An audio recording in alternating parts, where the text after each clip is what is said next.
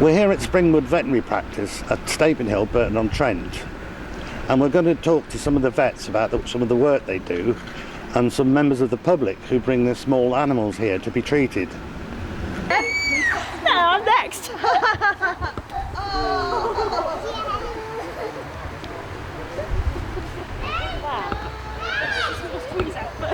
Just get your own bag then. Just get your own bag. Yeah, I think so. Gwen, can you tell us about the PDSA and how it works? Right, PDSA, People's Dispensary for Sick Animals, is about treating animals for sick and injured animals for people that can't afford full veterinary fees. So it's helping people on benefits, people who are out of work, to go to have veterinary treatment. So anything from preventative treatments, injections, sterilisations, to if they've been injured in an accident or if they need other kinds of treatment. So there's all of that, and the retail shops, of which there's 180 throughout the UK, Ireland, Scotland, Wales. We help to raise funds towards the cost of those treatments, and there's other ways of raising the funds as well. So gifts in wills, we do events, so fundraising events. Tell me, Gwen, so if I bring a sick animal to the PDSA, will they pay for the full treatment? Generally they do, as long as you meet their criteria, which at the moment you have to be on housing benefit or council tax benefit.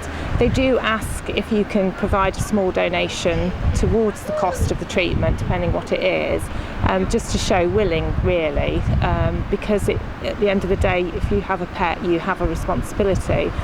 If you can't afford it, it doesn't mean you won't get treated. Obviously they still treat you. But you never turn people away? Don't turn people away, no. And the nearest centre here, treatment centre, is where? The nearest treatment centre is Derby, or there's Birmingham, so Derby would be your nearest, Stoke-on-Trent. Yeah. What do you sell to raise funds there, or do you do other forms of fundraising? Generally the stores rely a lot on donations from people, so donations of clothing, of bric-a-brac. We don't take furniture because we're only a small store in comparison, we couldn't fit furniture in, but like Derby store does. So we rely heavily on donations from the public. We do have a certain amount of new goods that are bought in to sell, as do all the charities. And we do our own sort of fundraising events occasionally. We'll do tombolas and raffles and things, and some of our volunteers, because PDSA is run mostly by supported mostly by volunteers within the shops, and they'll go out and they'll do events to help raise extra funds for the charity through the shops. And the majority of people love animals, so they're going to come to your shop and support it because they have a vested interest in having their own dog or their own cat, or... Yes. Well, I would like to believe that was the case, and most of the people that come in the shop do support the charity, and they do come in because it's an animal charity, and some of them come in because they like what they can get and they like the store, you know. So. That's brilliant. Thanks very much. Okay. That's good. Thanks.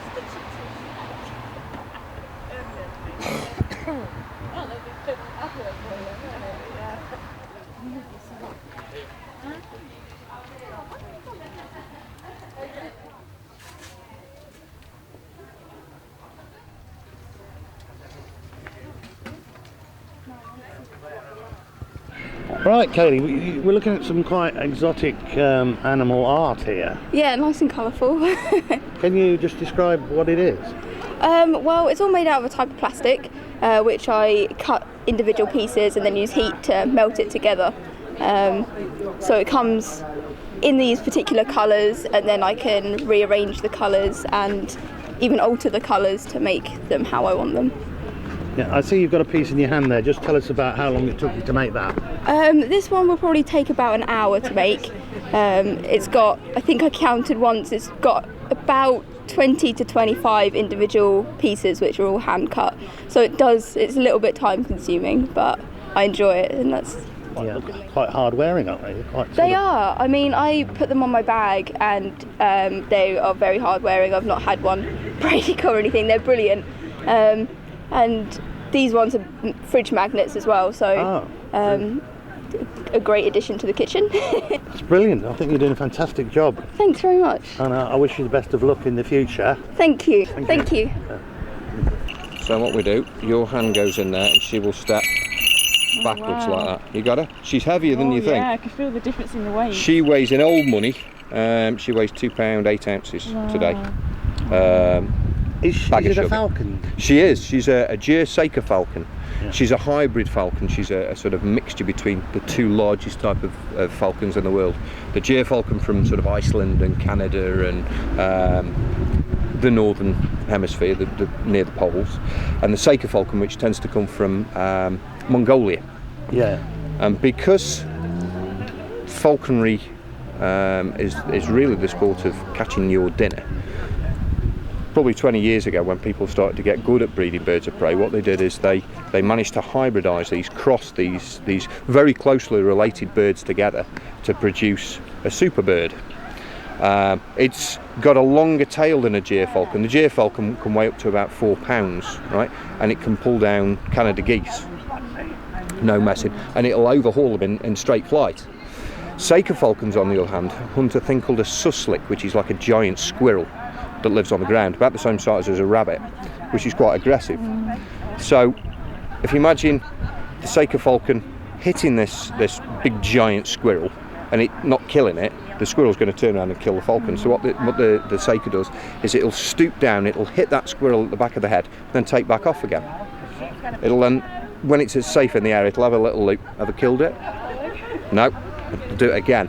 When that animal stops moving, that's when it'll land. Now, if you imagine, peregrines can't do that. Peregrine falcons can't do that because they've got a really short tail. The Seika falcon's got a massively long tail for manoeuvrability. So by crossing the Seika falcon with the Jer falcon, you've got a big falcon that's more agile, and that's what, in falconry terms, that's what people wanted. Now, I won't hunt her because I personally don't think it's fair. Tell me, are these animals are quite delicate in some ways? Yeah. They're small, aren't they? Yeah, very delicate. You've got to be really cautious about thinking about getting one, any kind of exotic as a pet. Some of them, unfortunately, are quite cheap, quite reasonably priced, and the setup, and so they think that they might be quite easy, but you really should research any kind of exotic pet before you get it. Well, any pet really, even a dog or cat, because of the different sizes. Exactly. I mean, people having sort of snakes in glass cases in their bedroom. I mean, what's that about? Yeah, basically think, snakes, if you're the right owner, can be quite a good kind of pet. Some of them can live in glass vivariums quite easily, but it's all about getting the setup right, really, and it's just personal choice. Some people want a furry cat sat on their lap, and some people want a beautiful snake in their bedroom. Yeah. And tell me, the bird you've got in your hand, are they quite, when you have to treat them, are they quite, do they get nervous or? They can do, but this is where if you've got a good owner, they know exactly what to do with them. Hooding isn't cruel, No. It just takes all the fear away. You can see he's not at all that bothered, quite happy for me to touch, and it's just being able to handle them, the vet and the owner, and you can touch their claws, examine their feet, examine their tummies. You can do a lot actually with a bird conscious. Because he's not showing any sort of nervousness at all, is he? I mean, no, he's well trained. I mean, his beak hasn't opened yet. He hasn't wanted to peck at you. No, they're not so much beak birds as claw birds. So if you upset it, the claws would get there first. Oh, I see. So this is why we're gloved up and. But yeah, it's a well-trained bird, so we know that I know it's not going to hurt me. Yeah, that's great, Emma. I think we've covered that bit anyway. Great. That's interesting. Very interesting. Thank you very much. You're very welcome. Jamie, you're one of the veterinary nurses here at Springwood. How long have you been here? I've been here for 7 years now. And tell me, on a day-to-day basis, what is your job? We do a range of general practice here. So anything from admitting the patients first thing in the morning, doing nurse consults, which is always a variety of things. We do monitor all the inpatients and monitor all the anaesthetics and sedations. So it's a very important job, and I mean, can it be quite stressful at times? It can be stressful at times, yeah, particularly when there's quite sick patients or quite a lot of patients all in one go. But it's something we learn to deal with day to day. and make sure we cover and look after everyone. And potentially this Samoyed dog is going to be one of your patients. Yep, this little lady here is due to be booked in to be spayed very soon, which is another thing that we definitely recommend to everyone as part of their preventative care with a female dog. Yeah, what we're doing here in the future is going to be film a dog that's been spayed. Yep. I don't know if it's this one, but that's to give people a bit of insight into the way To these what we operate. do. Yeah, exactly. Yeah. And how many animals do you have on the practice area at times? To a normal Monday to Friday day, it could be anywhere from maybe 5 or 6 to 20 odd. Actually being treated? In one go in the hospital, yeah. And then there's the vets consulting as well. And you board the animals here as well? We do keep the animals here if they need it, where it's required. If they need full night care, they go over to our hospital at Pride Park, where there's someone always on site. And do you find a lot of dogs that have temperament problems is sometimes down to the owners, really? A lot of it is early socialising. So we do run puppy socialise classes, but we also in nurse clinics help to work with owners that want to deal with those kind of problems. So when you say you run socialised classes, what do you mean by that? We have a group of puppies, usually somewhere between 3 and 6 puppies, from up to 16 weeks old, and they do a block class of 4 weeks. And they come in and they do some general training, but they also socialise with the other puppies on the class in a controlled environment, rather than just loose on the park causing chaos. Yeah. Well, look, thank you very much for that. It's all right. You've been very I'll informative. return this lady to her owner. Yeah. Thank you very much, Jamie. All right.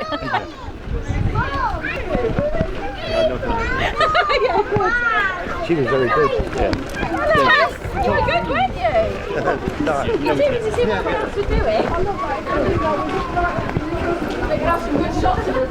We're in the operating theatre now with Paul Revell, the head vet, who is going to explain some of the procedures done here.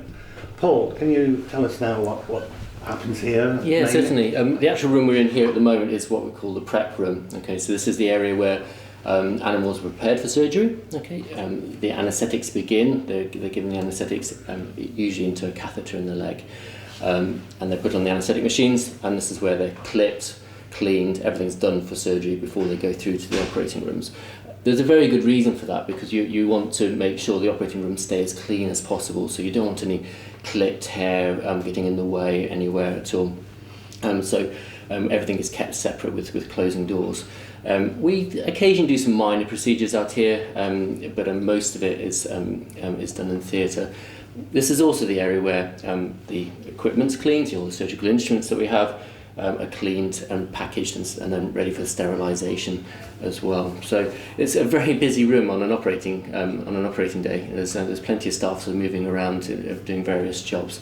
It's kind of the hub of the back part of the practice. So where are things like the X-rays done? Do you have another part of the building? So we have an X-ray room just next door here, where the actual X-ray machine is and table. The processor is a digital processor that we have now, which is in another room. So all of that is quite close. Everything that's under an anaesthetic is usually within these sort of 3 rooms. So there's 2 operating rooms, and the conjoined prep and X-ray area we share. We don't anaesthetise animals out in this area because this is the area. It's a more controlled environment for it. And Paul, is it quite a stressful job doing these operations? I mean, to a layman, who probably would never have seen one. Yeah, it is. It varies a lot between what you're doing. And I think as a new vet, when you first graduate, it's a lot of it is, you've done all these a lot of the simple procedures before, neutering animals, doing bitch spays and dog castrates and that sort of thing. But it is quite a stressful environment to be in. Just learning. We give all our new vets an awful lot of support and as much help as they require. It does get stressful when you've got more complicated procedures going on. Which fractured limbs, for instance, are always more complicated to deal with. Large lump removals and that sort of thing. I took a stone out of a dog's intestine yesterday, for instance. So those sort of things are always a little bit more stressful because you're not quite sure exactly what you're going to find when you go in. And also the anaesthetics aren't usually as straightforward. These dogs are often quite poorly, or they're old, or there's something else going on there. So there's a lot more intensity in what you're doing. and also, I suppose, consoling the owners of these animals is part of the job as well, isn't it? It is, you're very much treating the animals and you're treating the owners as well. The owners are often very worried, they're very upset about their patients, about their animals. So it's making sure you're looking after everyone, really, and making sure everyone's happy, your patient is stress-free and comfortable and free from pain, but also that the owners are fully aware of what you're doing and what the likely consequences of surgery or Did sometimes their expectations of the animal's recovery or treatment be a little bit higher than yours maybe are? Yeah, we try and give a very honest opinion of what we think is going on here, and I'm always very careful not to sort of over-exaggerate the chances of recovery or success. People really do need to be very much aware of what are the chances here of things going well here.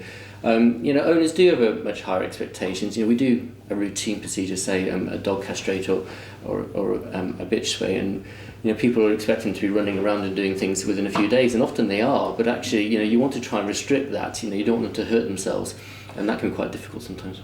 Could you show us the X-ray machine and the X-ray implant? Yes, certainly. It's quite a big bit of apparatus. It is, certainly, yeah, it is. So this is our X-ray machine. It's a pretty straightforward device in many respects. It just fires X-rays down onto our plate here. Plates these days are digital. Most people now have moved on from the old sort of photographic plates that needed processing. So it's a very large digital film that's in there, and then there's a processor that then takes the image off that and stores it digitally for us. And we can enhance it and change it and alter the contrast and things now, which we couldn't used to do at all. The machine is a pretty expensive piece of kit, and we're lucky to have a very nice machine here. It's got a mobile table, so we can slide big dogs around quite easily with minimal effort. Is it a limit to what dogs you could X-ray on this machine, or animal you could X-ray on this machine? We've not come across one yet. We've got a pretty powerful machine here, and we've had dogs weighing 80-90 kilos on this, so big mastiffs and things, dog, so yeah. Weighing more than me.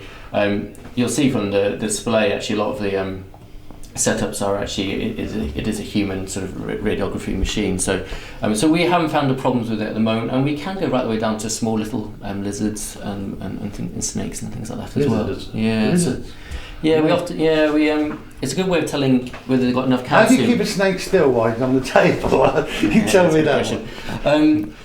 So snakes and all reptiles actually, it depends on if they're poorly, it's not an issue. They don't tend to move very much at all anyway. But a lot of reptiles, you can just put a little bit of bandaging around their eyes, and that causes a slowing of the heart rate.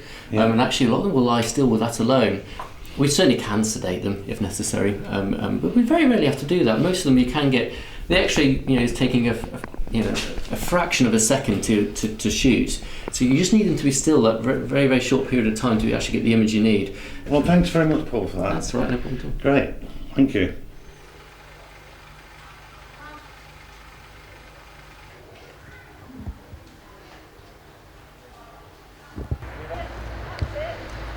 All the sponges.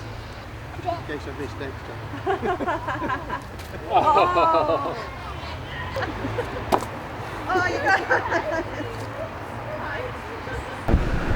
We've had an interesting afternoon here at the Springwood Veterinary Practice in Stapenhill, but we are coming back at a later date to film Paul Revell, the head vet, doing an operation on a dog. So that'll be an interesting story to look out for Burton TV.